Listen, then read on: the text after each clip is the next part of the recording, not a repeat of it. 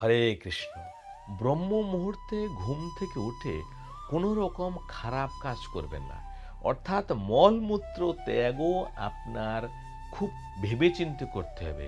খোলা জায়গায় বা কোনো বৃক্ষের নিচে করতে যাবেন না। কেন ওই সময় সমস্ত দেবী দেবতা এবং যমরাজ সবাই অ্যাক্টিভ থাকে।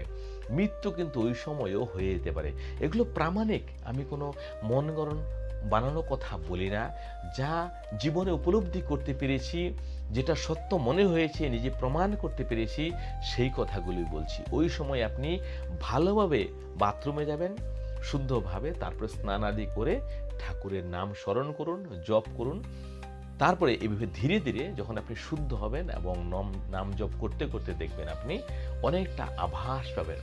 আপনাকে নিজেকে জানার জন্য ভগবান ইঙ্গিত দিচ্ছেন এবং অনেক সময় হতে পারে আপনার কানে কানে কেউ কিছু বলছে বা কিছু একটা আপনার চোখের মধ্যে অবয়ব কিছু একটা পড়ছে, বা কোনো সময় এমনও হতে পারে সেই ব্রহ্ম মুহূর্তে ঘুম থেকে জাগার ঠিক আগে আগে আপনাকে কেউ জাগিয়ে দিচ্ছে, বা এমনও হতে পারে কোনো সময় মনে হবে যেন আকাশবাণী আপনাকে কিছু বলছে। এই কথাগুলো কিন্তু খুবই দিব্য, এগুলো কিন্তু খুবই প্রামাণিক। কিন্তু আপনাকে সেই লক্ষ্যটা রাখতে হবে যে হ্যাঁ, আমি ভগবানের সাথে কানেকশন হতে চাই, ওনার সাথে আমি যুক্ত হতে চাই, বা ওনার তত্ত্ব সম্বন্ধে কিছুটা জানতে চাই, এবং আমি গতি আমার যেন পরম গতি হয়। তাহলে আপনি ভগবানের জন্য যখন আপনি আতুর হবেন, তাহলে আপনি ব্রহ্ম মুহূর্তে ঘুম থেকে ওঠার চেষ্টা করবেন।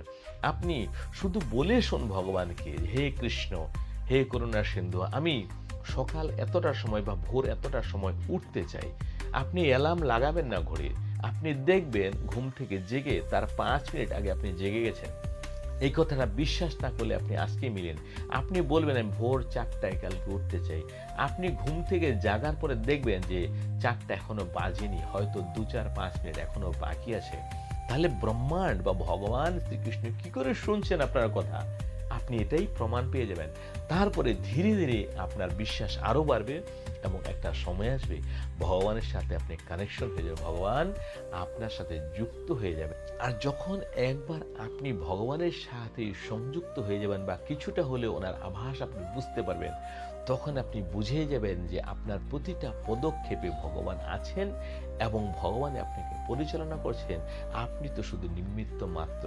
তো এটা বুঝে যাওয়ার পরে আপনার মনের থেকে অনেক কিছু কামনা বাসনা নষ্ট হয়ে যাবে এবং আপনার মন এতটা স্থির হবে, শান্ত হবে, শান্তি শান্তি অনুভব করবেন।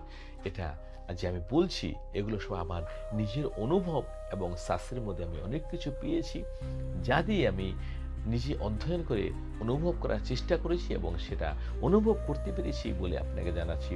আপনিও কৃষ্ণ নাম জপ করুন, গুরুমন্ত্র জপ করুন, আর ব্রহ্ম মুহূর্তে ওঠার চেষ্টা করুন। অর্থাৎ 3:30 থেকে ভোর 5টার মধ্যে বা 4:30টার মধ্যে এমন সময় উঠে যান।